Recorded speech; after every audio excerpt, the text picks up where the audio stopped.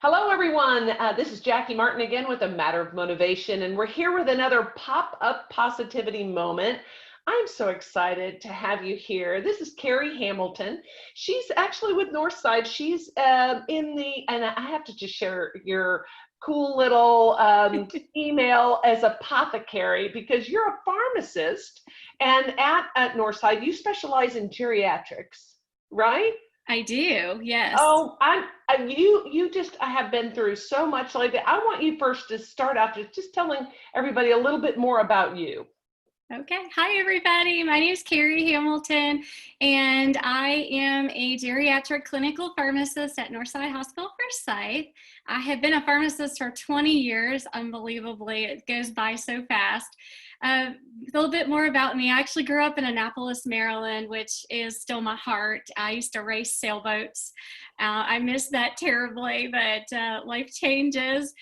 And I went to High Point University for undergrad and ended up in Atlanta at Mercer for pharmacy school.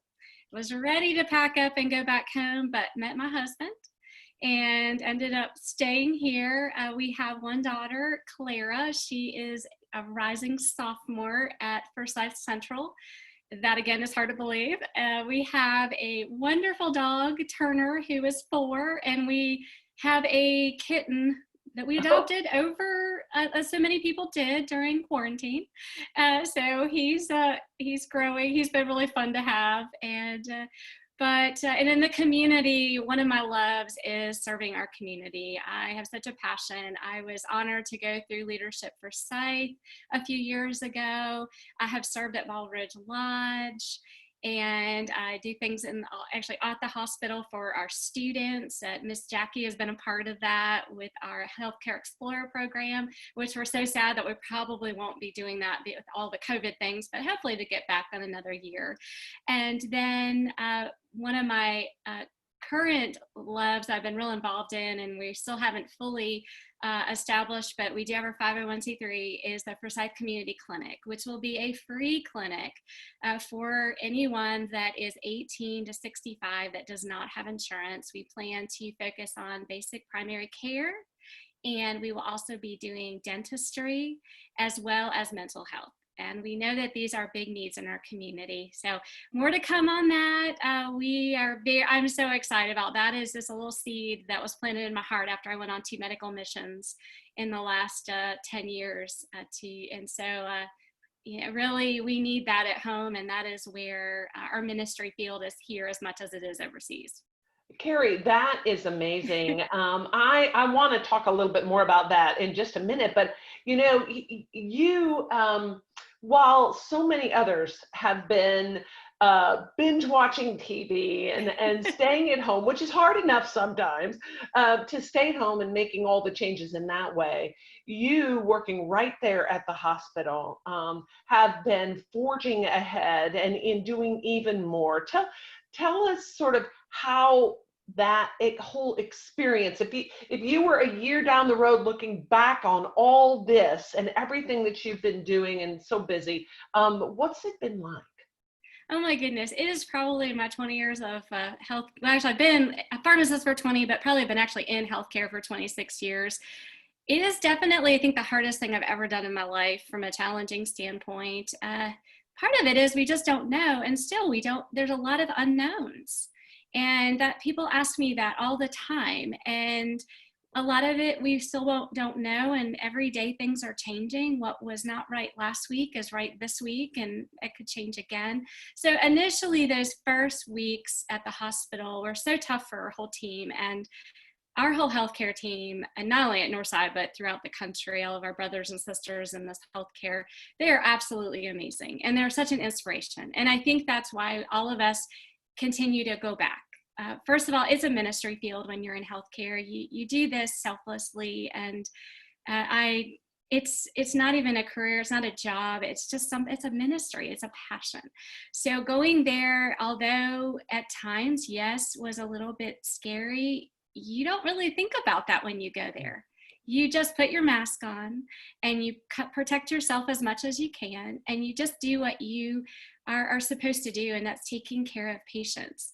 I think the hardest thing that I've noticed more recently when we stopped allowing families to come to the hospital. And working in geriatrics, a lot of my patients have dementia and are super sensitive to not having their loved one or something that's very familiar to them.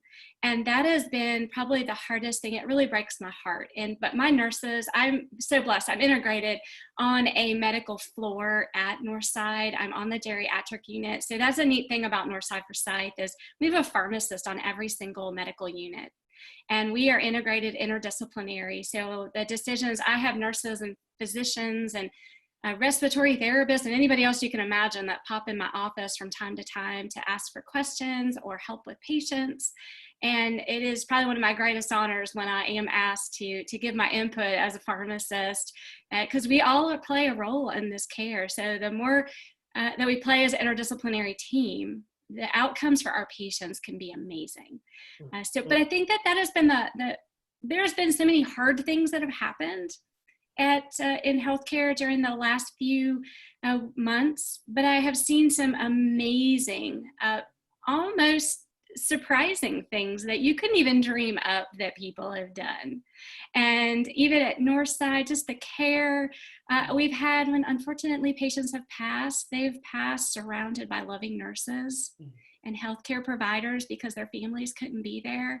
And that just shows that the true love of what we all do. And you know, I will brag on my team there. We are good at what we do, but when you shed just the skill set, they're just humans. Yes. And we just love people. And I think that's what it's all about in healthcare. And I think that's what I look back on is I will always look at that positive, that it's hard wearing a mask every day for 10 hours and some of our nurses and having irritation on your ears and your skin, but we still go back and do it every day because it's just what we do.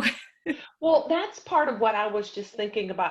I every time we in the past were in the hospital for whatever reason, it's just been, you recognize from the inside how much work, how hard that work is. There's just so much on your feet, moving, having to deal with some crisis situations.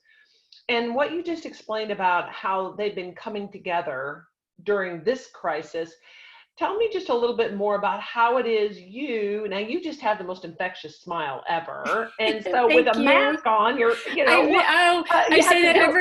I miss everybody's smiles. It's one of my favorite things about people. Well, how is that group of folks, and maybe how are you finding them supporting one another? Because I think it's to stay positive. This is taking more energy, more effort, more challenge. So how are you staying focused and positive? I will say Northside's done a great job. I'm sure other hospitals are too, is having opportunities. We have emails that there are support systems in place that you can call. But I find that just the teams themselves were really being honest with each other about how we're feeling at that moment. And sometimes that's all you need. And of course, that is truly what empathy is when I can go to one of my nurses that I work with and just say, hey, I'm having a really bad day because, and she can say, you know what, I had a really bad day for the same reason a few days ago, and we laugh and we move on. And I guess because we've all jumped into this big sea together, especially in healthcare, and it's been unknown and the waves have been high, but we're just continue to swim forward because that's all you can do is keep looking forward. So I think that's from a healthcare standpoint is we go in and we just focus on the patients. It's harder, but we won't ever be back to what the norm was pre-March 1st. And that's what I always look at is we can never go back. We have to keep looking forward. And how can we do what we do today better tomorrow? And always looking for those things. Well, you have always been, and you mentioned all the things you're doing in the community, have always been wanting to connect that positivity to the community. Tell me a little bit more first off, about the clinic, and then I want to talk a little bit more about some of the other things that you're involved in.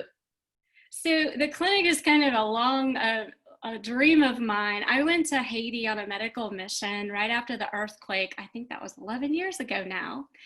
And I'll be honest, I was super terrified when I got down there, but the good Lord above, he just strengthened me and got me through that. I was the pharmacist on the team. We had an amazing team of healthcare providers.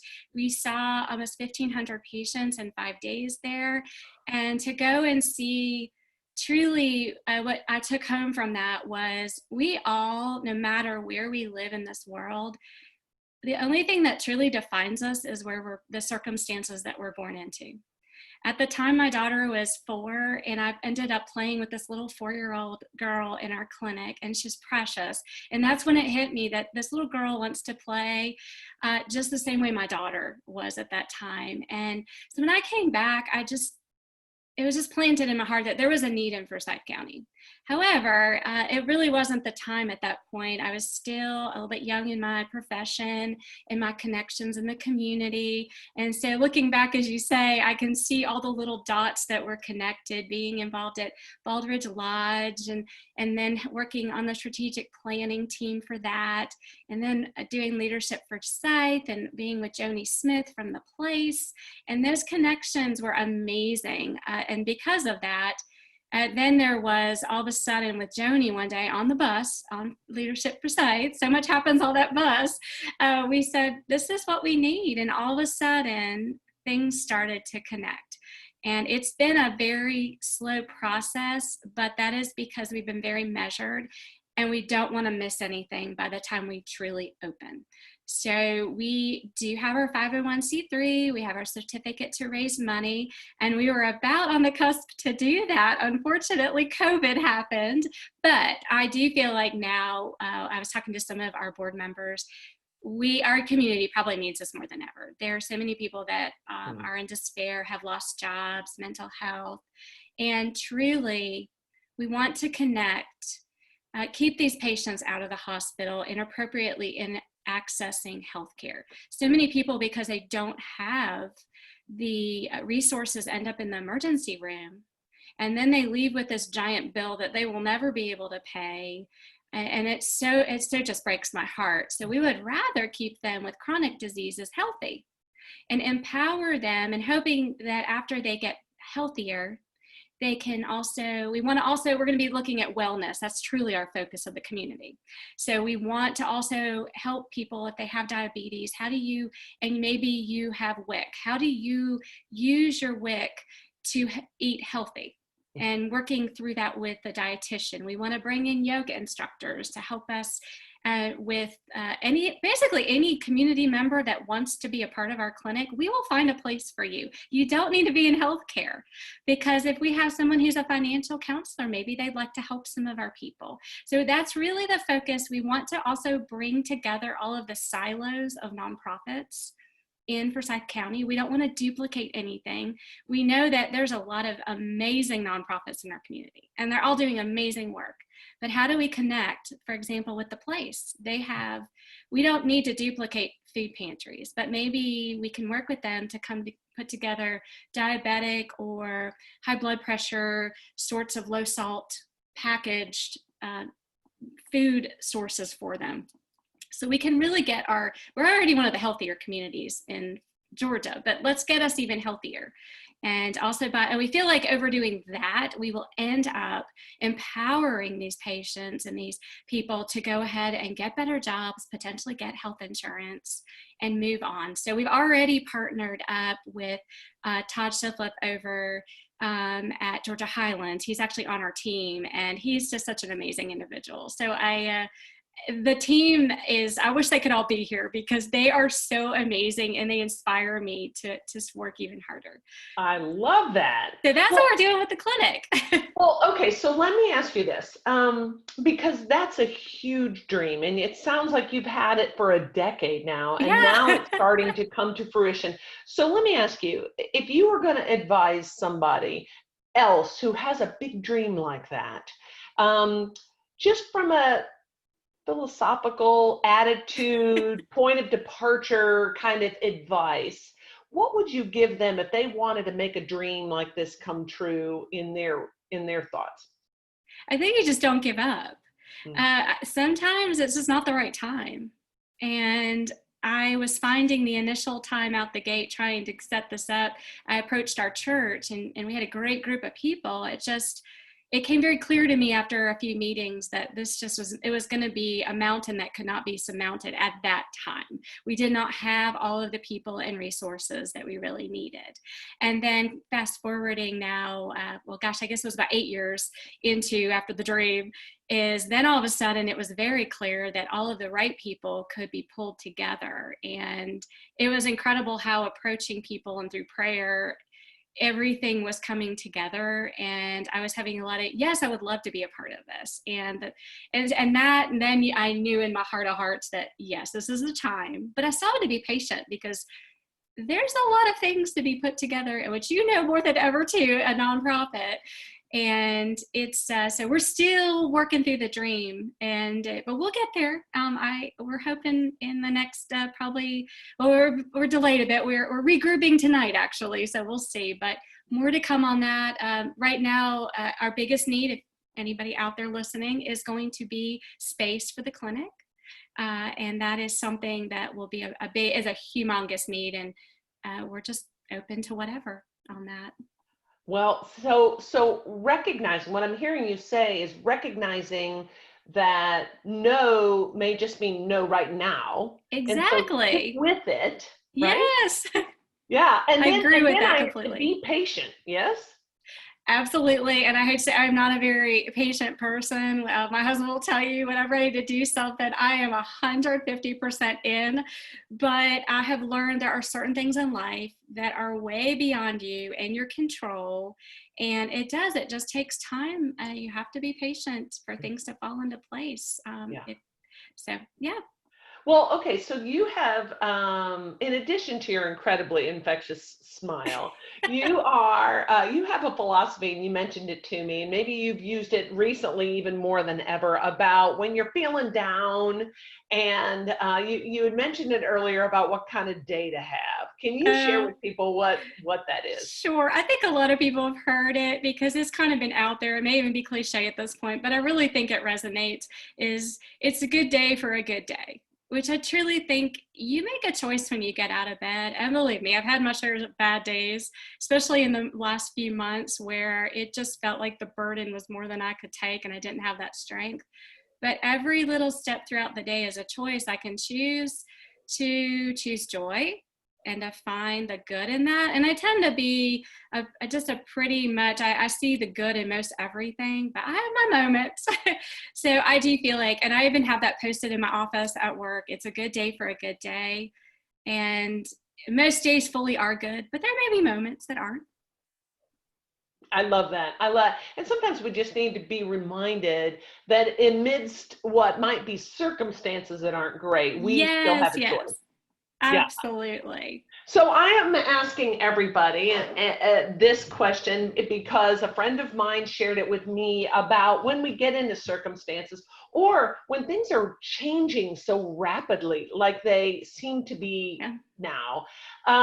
When you hear this phrase, what if it's better? I know it's backwards, but what if it's better is what she always asked me whenever I'd be talking about current circumstances or the future. What comes to mind for you? I think what I have found is better is I have found more contentment. When I'm not at the hospital working, my family will tell you, I always have a project or I'm always out in the community. I don't sit still very much, and that's just my demeanor.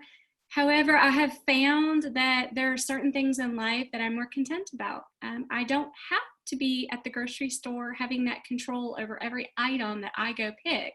This is an example. I can go online, pick everything out, and my husband can go get it. And so I can release some of these things in control that I felt like were so important that I have found were stealing some of my contentment. I think I do feel like in many ways what we have been through and continue to go through, because we are still in the midst of this COVID, I think a lot of people, including myself, have found more contentment. I love that. You know, sometimes, and we've been talking with different leaders in the area, and even with the chamber women, about the fact that many of us felt like we were on kind of a crazy train prior to this. Absolutely. You know, always getting too busy, and we have a choice to not go back to that. Yes, one of my favorite, there's a book Lisa Turkett wrote, is Your Best Yes. Mm. And it is, I read that many years ago. And if anyone, I definitely recommend it for us women who like to say, especially in all areas of life, that yes, I can surely add that to sometimes my best yes is no, if it's going to take away and from other things, areas of my life. And I really do think a lot more, is this contributing to my life or is it going to add more to my stress? Mm. I love that. And I think people have just this pause, although I know you and your compadres at the hospital have not really No, taken a pause. but that's okay. I'm actually very glad. You could feel when we were all, I think, in confinement, there was almost this, I felt like this huge exhale that our community made. And in some ways, it took exactly what you talked about, Jackie, is took off the burden of so many, well, some burdens, my heart goes to these elementary parents because they've had their hands full. But a lot of things that were so important were no longer, and we were able to breathe. Yeah, I love that. I think we've shuffled priorities a little bit, Mhm. and so it'll be interesting as we come out of it and things return to whatever schedule or pace, to see if people take this chance to, make some different decisions. I love Agreed. that. So Carrie, tell anybody what they might be able to do if they might like to volunteer, be a part of your mission to open the clinic. Is there any way they can reach you? Is there something they can do to find out more? Sure, you can actually use my personal email, which is apothecary, which you can share. So it's APOTHE and my name, CARRIE, at yahoo.com. Can't take credit for the name. My husband, when I graduated pharmacy school, he created that. He's very clever that way. So please reach out to me. We are definitely not quite to the point of starting any programming, but we are definitely on the cusp of starting to do fundraising, which is something that we are definitely going to need. $1 is great, and anything anyone wants to contribute, we are definitely would be very, very blessed. But definitely, if you're interested, I'm keeping a list of people interested, because as soon as we open up, we are going to be contacting our community. I love it. And serving the community. And you would do that so Yes. well. Carrie, thank you so much for being here. We're just blessed to have you, not just here to share with us, but sitting right where you are in the work that you do every day, along with all of your colleagues there. We're so grateful to you at Well, Northside. thank you. And I just last want to say thank you, community, for all the outreach over the last few months. We have felt it at the hospital. We have felt loved. And just thank you. It means the world to us to be noticed that what we do every day really does matter. So thank you. Oh, that's wonderful. And thank you all for being here. It's another episode of Pop-Up Positivity. Thank you for being here and make it a great day.